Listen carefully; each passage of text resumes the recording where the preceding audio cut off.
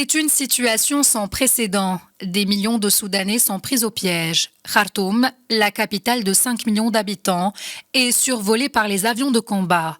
Des tirs et des explosions résonnent dans différents quartiers. Face à la persistance des combats à Khartoum et malgré le prolongement d'une trêve certes peu respectée, l'ONU a décidé ce dimanche d'envoyer immédiatement un haut responsable dans la région.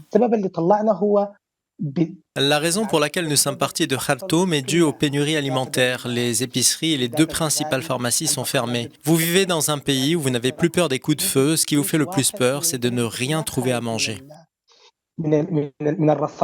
Alors que les combats font rage depuis plus de 2 semaines, les habitants de la capitale, quand ils ne fuient pas, restent barricadés, essayant de survivre malgré les pénuries de nourriture, d'eau et d'électricité.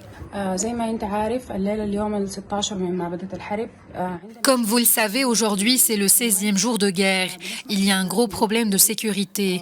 On entend résonner des bruits partout. Les bombes et les tirs peuvent tomber devant ou derrière nous.